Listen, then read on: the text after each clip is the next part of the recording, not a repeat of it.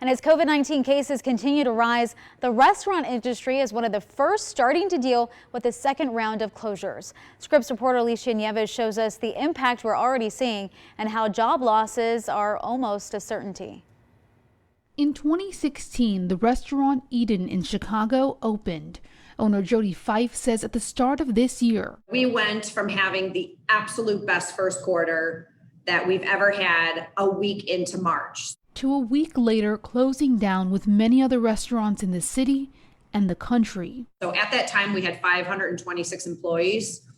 If you look at it today, we have 24. Although Eden opened up again over the summer, by the end of the season, concern over a second round of closures in the winter forced her to make a tough decision. Essentially, we had to close the restaurant, and that was like a death. It was like a death of a family member. Fife is now focused on keeping her other business, catering, afloat, while now seeing the reality of what she feared. Her state is one of more than a half dozen shutting down indoor dining this month.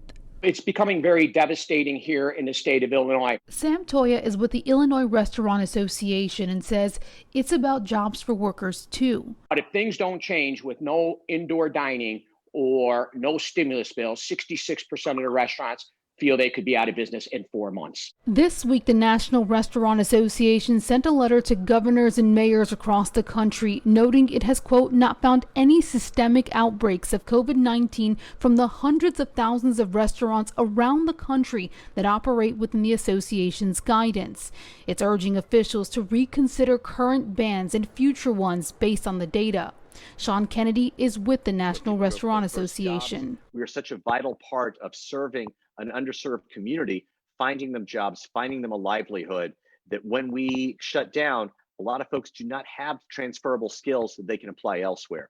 The restaurant industry really needs to stay strong so we can take care of these people. And with no new stimulus bill, these workers, along with restaurant owners, stand to lose their livelihoods. I'm Alicia Nieves reporting.